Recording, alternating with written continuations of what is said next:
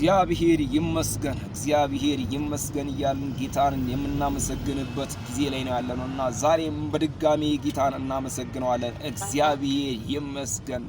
እኛ ልጆች ከሆን ደግሞ ወራሾች ነን።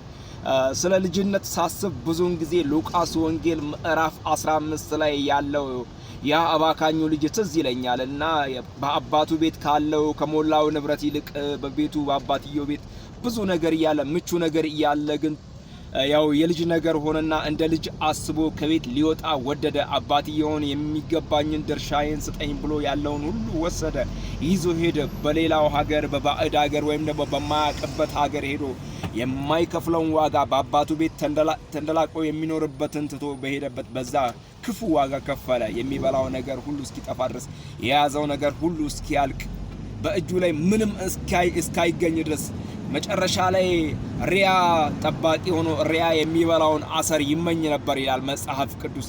ነገር ግን ወደ ልቡ ሲመለስ የአባቱ ቤት ትዝ አለው። ለምን እንደዚህ ሆናለሁ? በዚህ እንዲህ ለምን አስተቃየዋለሁ? በአባቴ ቤት እኮ እንጀራ የሚተርፋቸው የአባቴ ቤት ሰራተኞች እኮ ብዙዎች አሉ።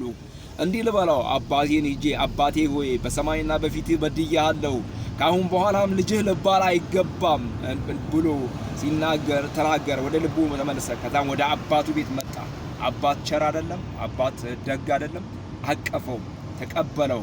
ሲመጣ ከሩቅ አየው። ከዛም በኋላ ልጄ ሞቶ ነበር፣ ጠፍቶ ነበር፣ ተገኝቷል፣ ሞቶ ነበር፣ በህይወት አለ፣ እስኪ ዛሬ ከሱ ጋር ደስታ እናድርግለት ብሎ ደስታ አደረገ ይላል መጽሐፍ ቅዱስ። በጣም ደስ አላቸው። በጣም በዘፈን በእምቢልታ እግዚአብሔርን አመሰገኑት፣ ለእግዚአብሔር ምስጋና ቀረቡ።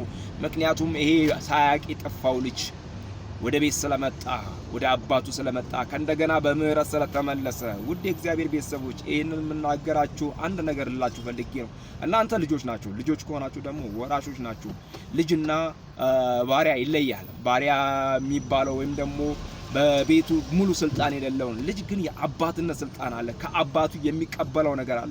እሱ እንደ ልጅ ይጠይቀዋል፣ አባትም እንደ አባት ይመልስለታልና እናንተ የእግዚአብሔር ልጆች የተባረካችሁ የተረዳችሁ የእግዚአብሔርን ምሕረት የእግዚአብሔርን ቸርነትና የእግዚአብሔርን በጎነት ያያችሁ በእግዚአብሔር ቤት ልጆች የሆናችሁ የእግዚአብሔርን ማዳን እንድትናገሩ በእግዚአብሔር ፍቅር ወዳችኋለሁ፣ እነግራችኋለሁ። አምላኬ እንደ ባለጠግነቱ በክብር በክርስቶስ ኢየሱስ የሚያስፈልጋችሁን ሁሉ ይሙላባችሁ። ወንድማችሁ መስፍን ነው። ተባረኩልኝ።